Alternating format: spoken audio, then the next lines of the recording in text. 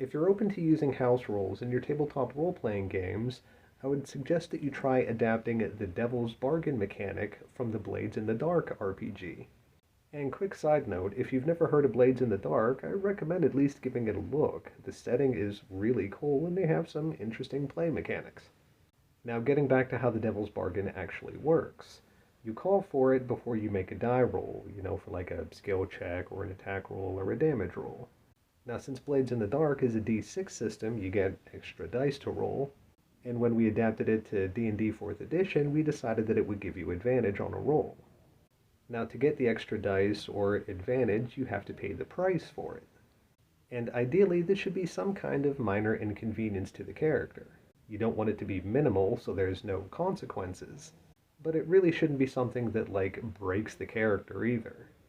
Some suggestions are maybe you take minor damage, or your actions reveal some secret about you that you've been hiding.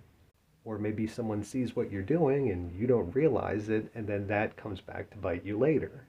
Now, as far as I'm concerned, the really fun part about the Devil's Bargain is that the other players are supposed to offer suggestions for what the Devil's price could be, and then the Game Master decides which way to go. And I'll give you an example for how this worked one time whenever we were playing Blades in the Dark. So our characters were being shot at by an assassin from an alleyway, and our main fighter decided to take off to try to chase down and catch the assassin. And whenever the fighter got into the alleyway, he saw that the assassin was a little bit ahead of him, so he called for a Devil's Bargain to try to make a roll to catch up to the assassin.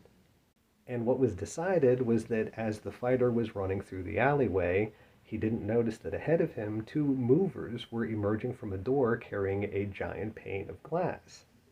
And the fighter had to burst through the glass, which shattered it and caused some minor damage to him, but the adrenaline boost from this was enough to enable him to catch up to the assassin. Did I mention that this wasn't really a serious group? But anyway, hope this helps.